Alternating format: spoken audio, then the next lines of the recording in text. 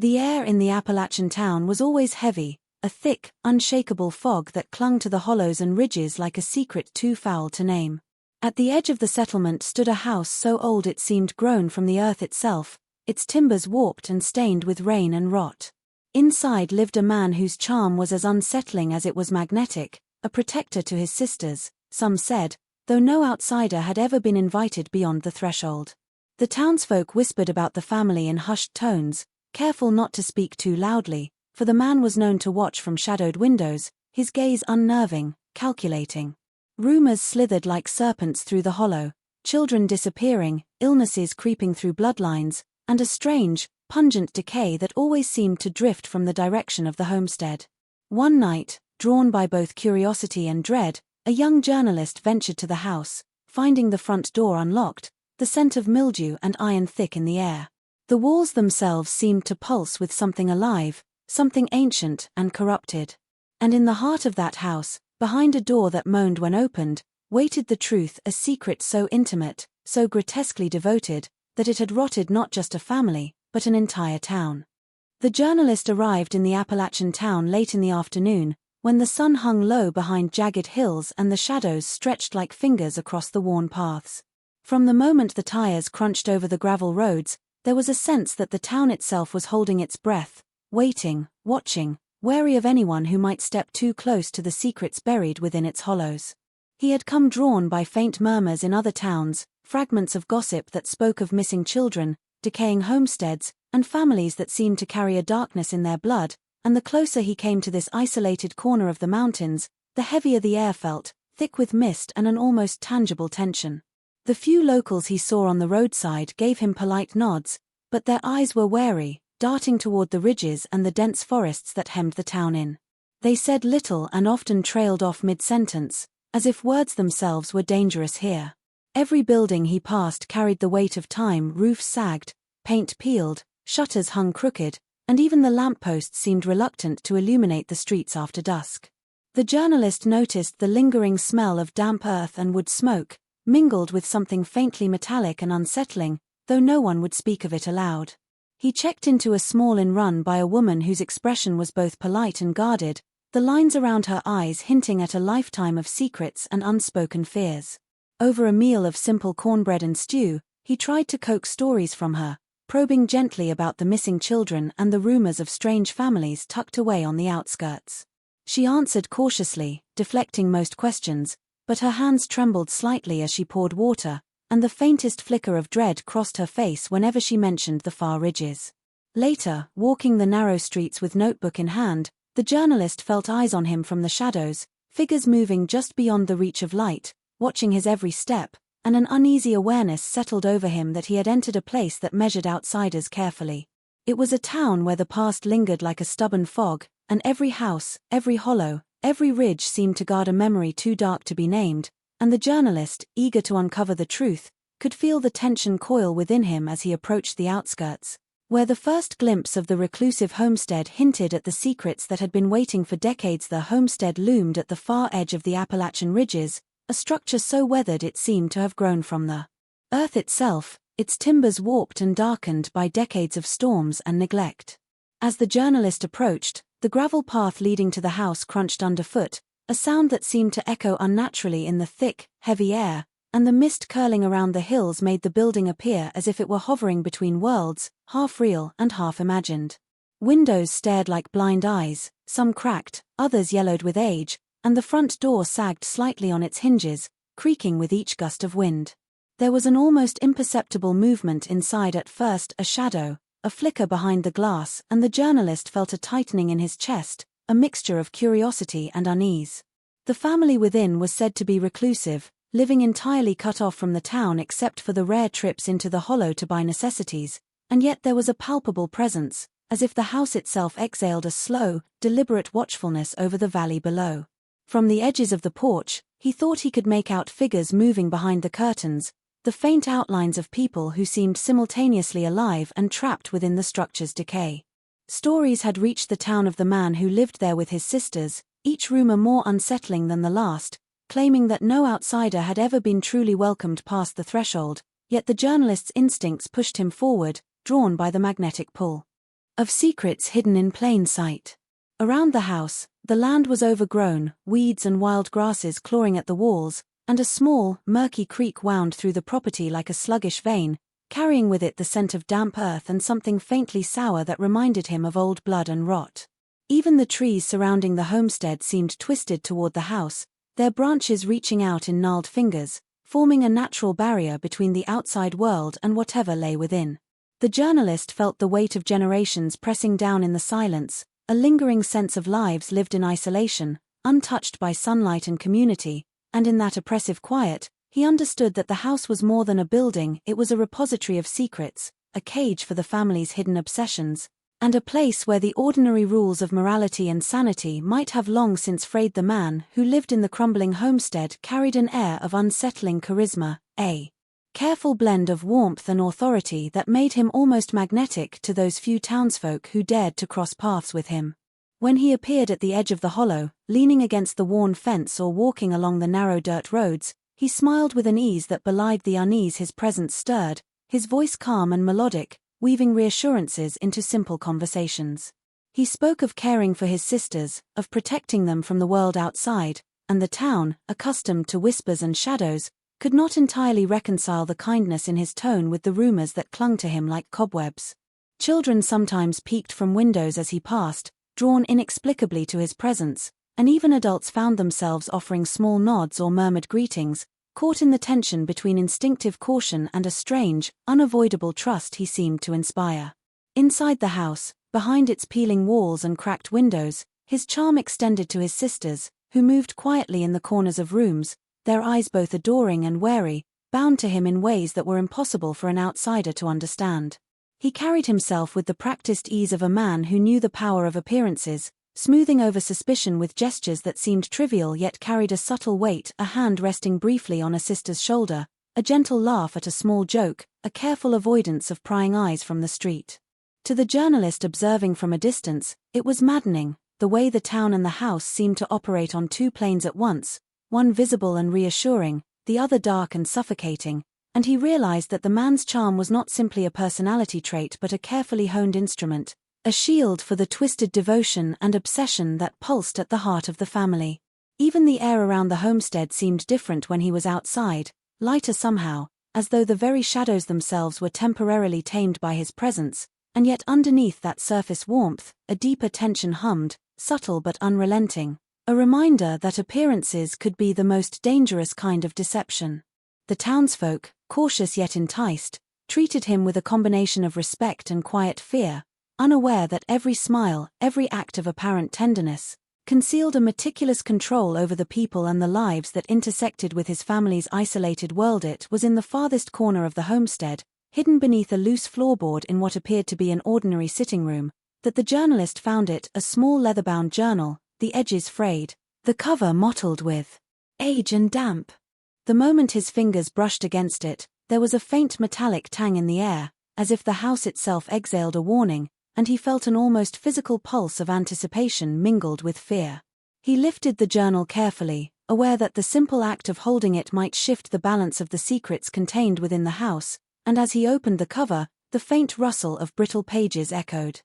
unnaturally in the quiet room. The handwriting inside was meticulous, looping and precise, but the words themselves were unsettling, a strange mixture of devotion, obsession, and something far darker. The man wrote of his sisters in terms that blurred the line between care and possession, detailing daily routines, minor illnesses, and minute behaviors with a focus so intense it felt invasive, almost predatory, and each page carried a weight of intent that the journalist could not ignore. Interspersed with mundane observations were cryptic references to rituals, coded notes that hinted at a desire to preserve the family's unity beyond the ordinary constraints of time and morality, as though the man believed he could stave off decay, disease, and death through acts no one outside the house could comprehend. There were moments of tenderness, shocking in their intensity, describing small gestures, whispered words, and shared glances with an intimacy that should have been reserved for normal sibling relationships but instead carried a pulse of something unnatural,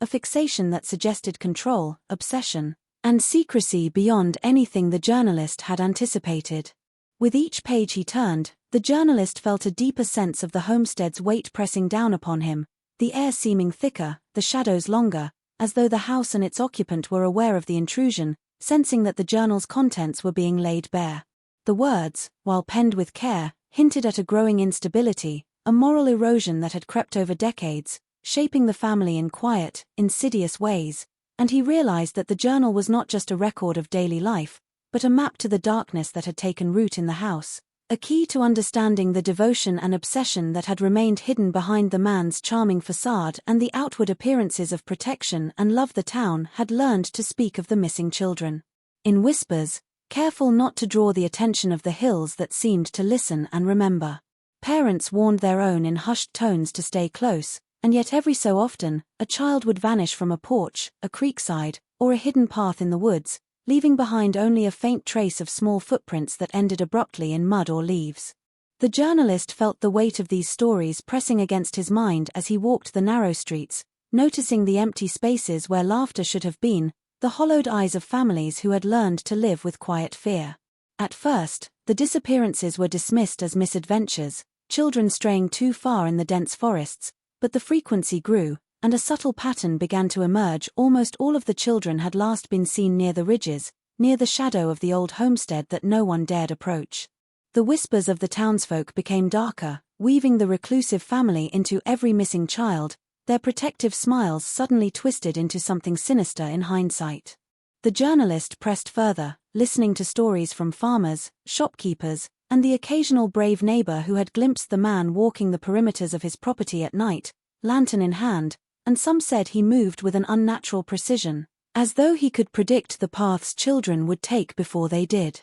Late one afternoon, he discovered a small cluster of toys and clothing abandoned at the edge of the property line, half buried in mud and fallen leaves, and a chill ran down his spine, the evidence of vanished lives tangible and silent. Each story he collected hinted at obsession, at an insidious influence that the man seemed to exert over the surrounding hills, bending the world to the rhythms of his household, and he realized that the disappearances were not random accidents but deliberate acts intertwined with the family's hidden rituals. Even the forest seemed complicit, its paths confusing and treacherous, leading those who strayed deeper into shadow. The journalist could feel the threads connecting the missing children to the house, to the man's careful control and the sister's passive presence, and he began to see a frightening network of secrecy and manipulation, where innocence was ensnared and the natural order twisted to serve the obsessive devotion at the heart of the homestead. The more the journalist delved into the history of the homestead, the more he realized that the darkness surrounding the family was not merely the product of recent obsession but had been incubating for generations. Town records, fragmented and yellowed with age, hinted at a lineage that was unusually insular, marriages between cousins and uncles recurring in patterns that outsiders might have called unnatural. Illnesses that seemed to defy explanation haunted each generation, children born frail, with deformities or lingering sicknesses that carried a subtle, lingering stench of decay, families struck repeatedly by fevers, coughs, and strange eruptions that left their mark on the flesh. The locals, reluctant to speak of these things openly, whispered that the family was cursed, that some hidden flaw had passed quietly through the bloodlines, corrupting vitality and twisting normal affection into something obsessive and dangerous. Even the land itself seemed tainted, the soil near the homestead rich and dark yet strangely clinging to decay, plants growing twisted and gnarled, and animals avoiding the property as though instinctively aware of the malevolent heritage it harbored. The man's meticulous care of his sisters, once merely unsettling, began to make a dreadful kind of sense in this context. The obsession was not only personal but a means of preserving the fragile integrity of a bloodline already frayed by generations of inbreeding. Each page of the journal, each whispered rumor, began to form a picture of a family caught in a cycle where love and possession were inseparable, where devotion had warped into compulsion, and where the smallest deviation from the patterns of the past could invite catastrophe. The journalist found himself tracing the genealogy, the interlocking marriages, the recurrent names, and the eerie repetition of tragedies, and it became impossible to ignore the sense that nature itself was rebelling against this carefully protected lineage. The townsfolk, half in fear and half in reverence, seemed to treat the family as both a curiosity and a warning, acknowledging their presence without daring to intervene, and the journalist felt the oppressive weight of history pressing down as he imagined decades of isolation, obsession, and decay compacted into the walls of the homestead. It was clear now that the family's darkness was not a series of isolated choices but the product of a bloodline twisted and contained, a hereditary shadow that had slowly infiltrated the town, leaving subtle marks in the air, in the land, and in the people who lived too close to the edges of the homestead. The tension that had long simmered in the Appalachian town finally found its outlet one late autumn evening, when a small group of townsfolk, emboldened by fear and frustration, decided to confront the family at the edge of the hollow. They moved in whispers, clutching lanterns and tools more as talismans of courage than weapons, their eyes darting toward the darkened tree line that surrounded the old homestead. Word of their approach must have traveled silently,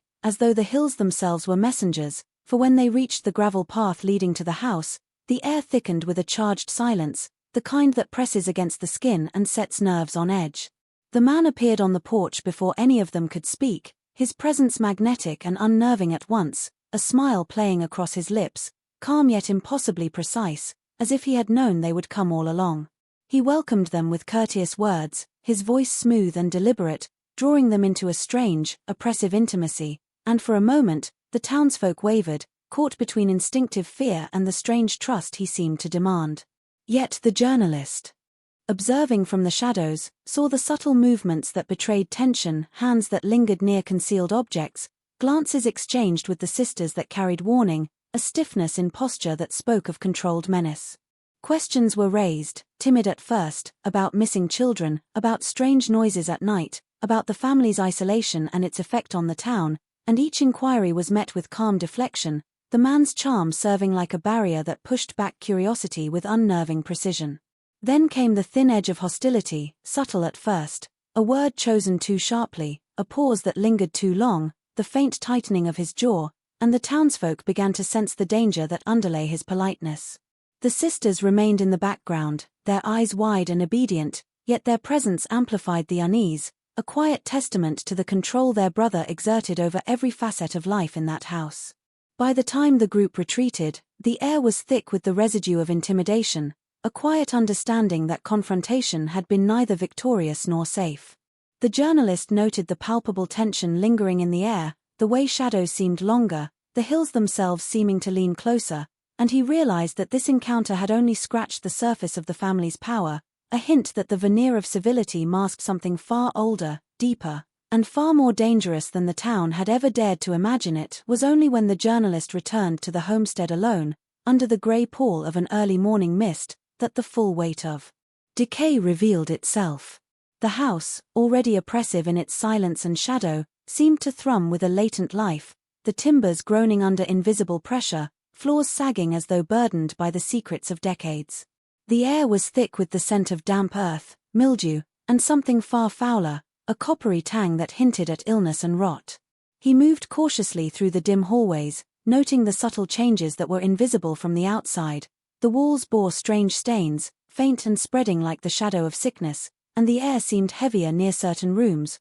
almost resisting entry. In a small, hidden chamber tucked behind a false wall in the attic, he discovered what had been carefully concealed for years. The sisters, pale and fragile, moved slowly, their bodies thin and marked by subtle deformities and signs of long-neglected care. Their presence was unsettlingly still, a quiet testament to the obsessive control that had shaped their lives, and the journalist could feel the oppressive intent that lingered in every corner. Shelves lined with jars of unknown substances, scraps of fur, and preserved plants filled the room, all meticulously catalogued, and in the center, a crude altar-like setup hinted at rituals conducted with precision, the remnants of ceremonies meant to preserve the fragile family unit. The man's handwriting, scrawled on scraps of paper and pinned carefully to the walls, outlined daily routines, minor illnesses, and subtle manipulations, revealing the meticulous obsession that had extended beyond affection into a territory where morality had frayed. As the journalist explored, he realized the decay of the sisters mirrored the moral and psychological corruption embedded in the family over generations. The physical frailty was inseparable from the obsession and secrecy that had shaped their world. In corners of the room, he found remnants of children's toys, half hidden beneath layers of dust, evidence of the missing children subtly entwined with the family's private rituals, and he could not shake the sense that the very walls absorbed these secrets, exhaling a slow, suffocating presence that pressed against him from every side. The sunlight filtering through grimy windows revealed more than just dust and shadow. It illuminated the disturbing intimacy of the family's existence, their lives preserved in a state between devotion and corruption, and the journalist felt an unshakable understanding that the rot within this house was not merely physical, but a reflection of decades of obsession, control, and ritualized secrecy that had quietly spread its tendrils into every crevice of the homestead. The discovery came slowly, in pieces, as the journalist sifted through journals, scattered notes, and the hidden corners of the homestead, each fragment more disturbing than the last. What had once seemed like obsessive care now revealed itself as something far darker, a ritual meticulously designed to bind the family together beyond the bounds of morality and natural law. The man's obsession with his sisters had evolved into a series of acts, documented in painstaking detail, that blurred the lines between devotion, possession, and control, the pages filled with diagrams, schedules, and cryptic symbols that suggested ceremonies performed in secret, in rooms that were carefully concealed from prying eyes. Candles, burned down to stubs, lined the floor in strange, deliberate patterns, and the faint scent of herbs and resin lingered, evidence of rites meant to manipulate not just the physical world, but the invisible threads of life, inheritance, and destiny. The journalist realized that the missing children, the frailty of the sisters, and the subtle illnesses that haunted the family were not mere accidents or consequences of isolation, but integral elements of these rituals, components of a design meant to preserve a twisted vision of unity and purity within the bloodline. Symbols etched into walls, barely visible beneath layers of grime and mildew, formed a language of secrecy, and he began to understand that each act of care, each whispered instruction, each enforced isolation, was calculated to reinforce the ritual's power. There were moments when the obsession veered into the grotesque, accounts of offerings, meticulous recordings of suffering and devotion, and an insistence on exacting control over the smallest aspects of the sisters' existence, as though their compliance was the only way to keep the house and its inhabitants tethered to a fragile balance. The more he read, the clearer it became that the rituals were not only private but systemic, extending outward into the town itself, influencing those who came near, shaping behaviors, and infecting the land with the same slow, insidious corruption that had consumed the homestead. The air seemed to thicken around him as he pieced together the sequence of ceremonies, the patterns of devotion, and the means by which the man had slowly ensnared both his sisters and the town into a web of control, secrecy, and fear, and he realized that the rituals were not merely symbolic but functional, designed to perpetuate a cycle of obsession, isolation, and moral decay that had persisted unchecked for decades, leaving an imprint not only on the family but on the very heart of the community. As the journalist pieced together the dark mosaic of the homestead, the weight of what he had uncovered pressed on him with a suffocating inevitability, and he began to understand that the carefully maintained balance of the town and the family could not endure the exposure of such secrets. Each discovery, the obsessive devotion, the frail sisters, the missing children, the hidden rituals, was a thread in a web that had been quietly woven over decades, and to pull one strand threatened to unravel the whole structure, sending shockwaves outward in unpredictable and devastating ways. The townsfolk, already living in quiet tension, were perched precariously on the edge of fear, and the revelation of the family's obsession and the systematic decay at the heart of the homestead would shatter the fragile normalcy they clung to. The journalist felt the weight of responsibility, knowing that to tell the truth was to ignite panic, outrage, and a torrent of consequences. Yet to remain silent was to be complicit in the continuation of cruelty and secrecy that had claimed generations. In the homestead, the sisters moved as shadows of themselves, fragile, obedient, and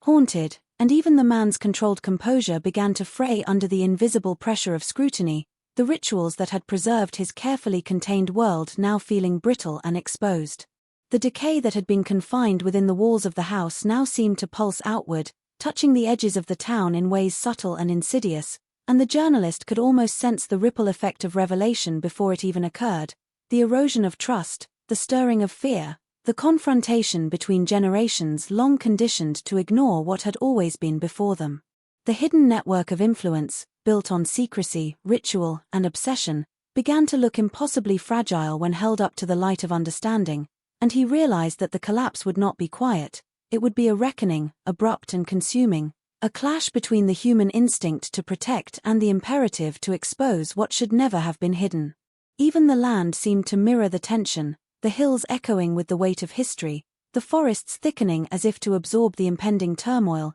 and the journalist, standing at the edge of the homestead with the journal clutched in his hands, understood that the secrets of the family were not just personal, they were communal, a shadow that had crept over the town unnoticed, and now, in the act of uncovering the truth, the delicate equilibrium was poised to shatter, releasing the latent corruption, fear, and obsession into a reality that could no longer be contained.